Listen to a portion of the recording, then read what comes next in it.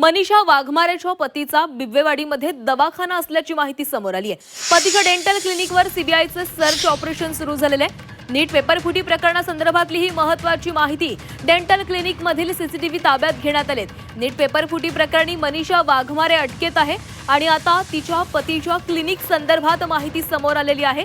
पतीच्या डेंटल क्लिनिकवर सीबीआयनं search operation सुरू केलेलं आहे आणि या संदर्भामध्ये अधिक बोलणार आहोत। आमचे प्रतिनिधी चंद्रकांत फुंदे आपल्यासोबत आहेत। चंद्रकांत, मनीषा वाघमारेला नुकतीच अटक झालेली होती, आता तिच्या पतीच्या क्लिनिकवर सीबीआयनं छापे टाकलेले आहेत, सर्च ऑपरेशन सुरू झालंय।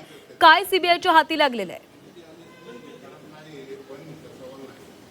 नाही, सर्च ऑपरेशन ऑलरेडी 2 दिवसापूर्वी सीबीआयने इथे राबवलेलं आहे। साधारण दुपारी 12 वाजता ते आले होते आणि 12 ते रात्री 10 पर्यंत या डेंटल क्लिनिकचं सगळं सर्च ऑपरेशन केलं।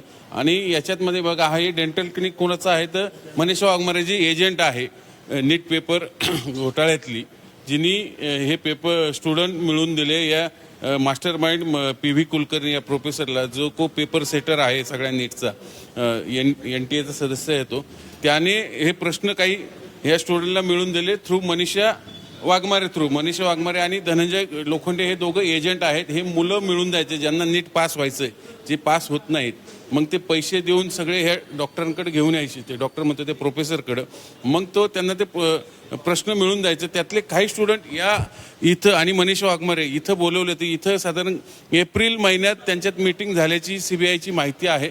हा इकडे समोर सीसीटीव्ही आहे, ह्या सीसीटीव्हीत ते सगळं कैद झाल्याचे सीबीआयला संशय म्हणून सीबीआयने ते सगळं सीसीटीव्ही ताब्यात घेतले। 2 दिवसापूर्वी इथं तब्बल 7-8 तास सर्च ऑपरेशन राबवलं। त्यांचे पती आता इथं नाही आहेत, आम्ही त्यांच्याशी बोलण्याचा प्रयत्न केला, पण इथले सिक्युरिटी ऑफिसर आहेत। काका, काय सांगाल? सीबीआय वाले इथं आले होते, काय काय केलं त्यांनी? सीबीआय वाले आले, कॅमेरे कुठं कुठे आहेत त्यांनी बघितलं आणि ते चेक करायला घेतले त्यांनी, कॅमेऱ्यात काय दिसते का काय, काही फुटेज घेऊन गेले ते? फुटेज काय त्यांना DVR ते काय मिळाले ते घेऊन गेले ते। घेऊन गेलेले? हो। त्यांनी सांगितलं का काय काय इथं मनीषा वाघमारे यायचे का नाही? नाही, ते कधीतरी पाहिलेलं आहे, मी पण एवढ्यात पाहिलेलं नव्हतं मनीषा वाघ। इथं क्लिनिक चालू असतं का? लोक येतात? क्लिनिक चालू असतं, येतात लोक। आणि इथं 2 क्लिनिक आहेत, म्हणजे त्यांचं ब्युटी पार्लर पण आहे आणि क्लिनिक दोन्ही पण आहे। ब्युटी पार्लर चालू होतं त्यांचं आधी, हा, पण त्या कधी दिसल्या नाही इथं एवढ्यात। पण काही मुलं आली होती, स्टुडंट आले होते? मुलं वगैरे नाही दिसली ते एवढ्यात, नाही दिसले। आता हे शेवटी इथले सिक्युरिटी ऑफिसर हे म्हणजे आम्हाला दिसले नसले तर, पण सीबीआयला ते सीसीटीव्ही फुटेज मिळालेले आहे, जिथं काही मुलं मुली इथं या क्लिनिकमध्ये आले होते। मनीषा वाघमारे त्यांना घेऊन आले होते आणि त्यांच्यात काही इथं मीटिंग झाल्या होत्या प्रश्न ह्याच्या संदर्भात, म्हणून ते सीसीटीव्ही महत्त्वाचं ह्या समोरून सीबीआयने ह्याच DVRमधून कॅप्चर केले आणि ते घेऊन गेले। तो कदाचित उद्या कोर्टात पुरावा म्हणून सादर केला जाऊ शकतो। सीबीआयची ही सर्वात मोठी अपडेट आहे ह्या सगळ्या नीट पेपर लिंक घोटाळ्यातली, कारण main master mind PV Kulkarni आणि त्याला ही मुलं मिळून देणारे, म्हणजे स्टुडंट मिळून देणारी ही मनीषा वाघमारे, जिचं हे ब्युटी पार्लर आहे, तिथं तिने काही मीटिंग केल्या समोर आले।